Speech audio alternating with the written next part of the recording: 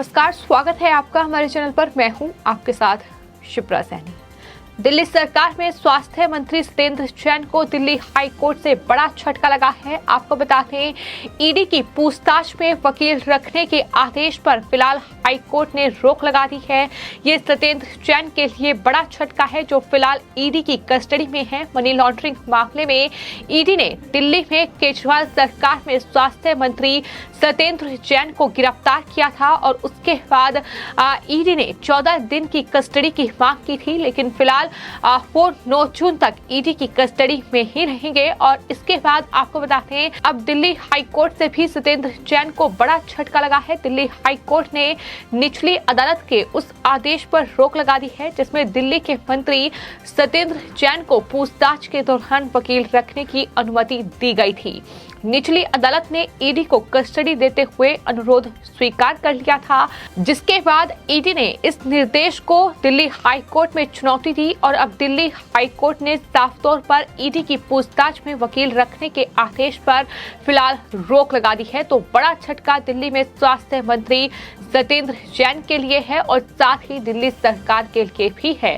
अरविंद केजरीवाल और तमाम आम आदमी पार्टी के नेता जिस तरीके से फिलहाल सत्येंद्र जैन के समर्थन में लगातार बयान दे रहे हैं, जिस तरीके से केंद्र सरकार पर ईडी और सीबीआई जैसी केंद्रीय जांच एजेंसियों का गलत तरीके से इस्तेमाल करने और राजनीतिक लाभ लेने का आरोप जो है उन पर लगातार लगाया जा रहा है। लेकिन इस बीच जिस तरीके से कानून के मुताबिक कार्रवाई हो रही है, जिस तरीके से इस पूरे मामले में न्यायपालिका की टिप्पणियां सामने आ रही है, जिस तरीके से न्यायपालिका काम कर रही है, लगातार मुश्किलें जो हैं वो दिल्ली के स्वास्थ्य मंत्री सत्येंद्र जैन की बढ़ती ही दिखाई दे रही हैं। तो फिलहाल आपको ये बताते हैं कि दिल्ली हाई कोर्ट ने ये साफ तौर पर अब कह दिया है कि जब ईडी सत्येंद्र जैन से पूछताछ करेगी तो उनके वकील जो हैं वो सत्येंद्र जैन के साथ मौजूद नहीं होंगे।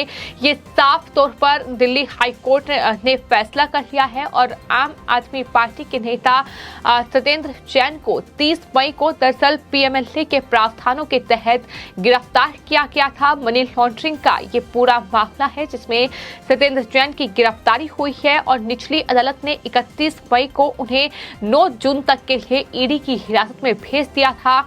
तो इस तरीके से फिलहाल सत्येंद्र जैन ईडी की कस्टडी में हैं और पूछताछ के दौरान उनके एक अधिवक्ता के मौजूद रहने के बारे में निचली अदालत के आदेश का ईडी ने दिल्ली हाई कोर्ट में विरोध किया था और जिसके बाद सत्येंद्र जैन को ये बड़ा झटका लगा है। तो वहीं जाहिर तौर पर ये कहीं न कहीं केंद्रीय जांच एजेंसी के लिए अच्छा है, क्योंकि ईडी उनसे पूछताछ करेगी। हालांकि जो तमाम दलीलें वकीलों की ओर से दिल्ली हाई कोर्ट में दी गई हैं, जिस तरह से दिल्ली हाई कोर्ट में इस पूरे मामले की सुनवाई हुई और दिल्ली हाई कोर्ट के न्यायमूर्ति योगेश खन्ना की पीठ के सामने ईडी की तरफ से पेश हुए additional solicitor general SP Raju ने ये दलील दी कि मामले में लगाई गई शर्त पुलबंडी बनाम अधीक्षक केंद्रीय उत्पाद शुल्क समेत कई मामले में सुप्रीम कोर्ट की ओर से पारित किए गए फैसले के खिलाफ है। यानी कई फैसलों का हवाला जो है वो ईडी के पक्ष में जो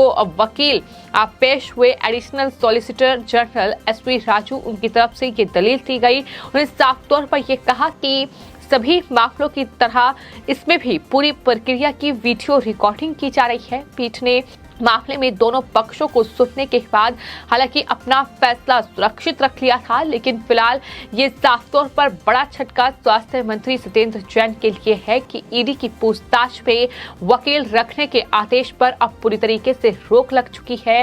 साफ तौर पर जो दलील एडिशनल सॉलिसिटर जनरल की ओर से दी गई है, उन्होंने कहा है कि ईडी सत्येंद्र जैन से अब जो पूछताछ कर रही है, जो इस पूरे मामले में कार्रवाई हो रही है, उसकी बाकायदा वीडियो रिकॉर्डिंग जो है वो कराई जा रही है। तो ऐसे में इस तरीके से दरअसल वकील का वहां होना ऐसे में जरूरी नहीं है, क्योंकि तमाम जो चीजें हैं वो वीडियो रिकॉर्डिंग में है। तो ये तमाम बड़ी बातें उनकी तरफ से कही गई हैं। जो राजू हैं, जो कि एडिशनल सॉलिसिटर जनरल है, उनकी तरफ से ये भी कहा गया था कि चूंकि पूछताछ की रिकॉर्डिंग की जा रही है, तो ऐसे में सत्येंद्र जैन के साथ किसी भी तरह का कोई पूर्वाग्रह होने की कोई संभावना नहीं है।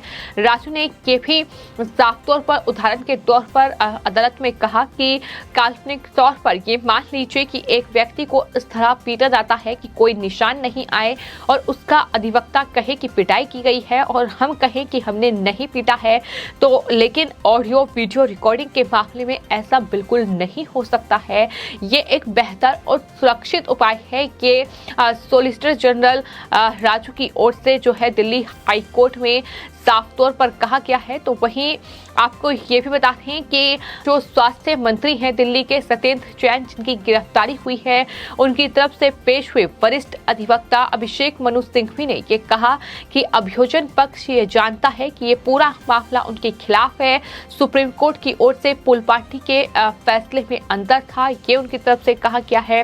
तो मनी लॉन्ड्रिंग के आरोप में ईडी ने सत्येंद्र जैन को गिरफ्तार किया था। इसके बाद से मंगलवार को राउज एवेन्यू कोर्ट में उन्हें दरअसल पेश किया गया, जहां ईडी की कस्टडी में 9 जून तक के लिए सत्येंद्र जैन को भेज दिया गया है। उसके आगे का फैसला कोर्ट तय करेगी कि क्या होना है। लेकिन फिलहाल जिस तरीके की सियासत इस पूरे मामले में देखने को मिल रही है, वो अपने आप में कहीं न कहीं आम आदमी पार्टी की बौखलाहट भी दिखा रही है।